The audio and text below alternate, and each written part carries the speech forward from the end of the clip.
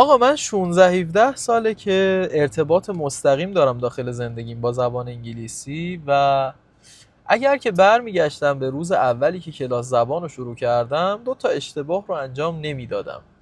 یکیش این بود که دنبال کامل بودم برای صحبت کردن، مثلا اینکه گرامرها رو عالی بلد باشم، دایره لغاتم خیلی گسترده باشه، بتونم لغت‌های خوبی رو استفاده کنم، خلاقیت داشته باشم داخل صحبت کردنم و بعد تازه تصمیم بگیرم به حرف زدن. در صورتی که کاملا برعکسه، شما باید از همون اول شروع کنی به صحبت کردن با همون چیزایی که بلدی.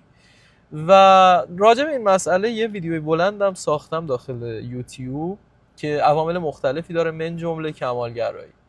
و اشتباه دومم این بود که منابع مختلف رو زیاد تست می‌کردم بدون اینکه یه منبع رو کامل تموم کنم.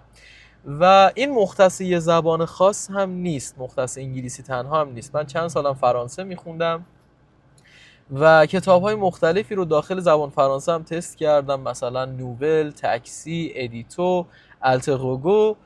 و در آخر متوجه شدم که اینا نه تنها چیزی رو به من اضاف نمی‌کنن، بلکه همون پایه‌هایی رو هم که بلد بودم متزلزل دارن میکنن.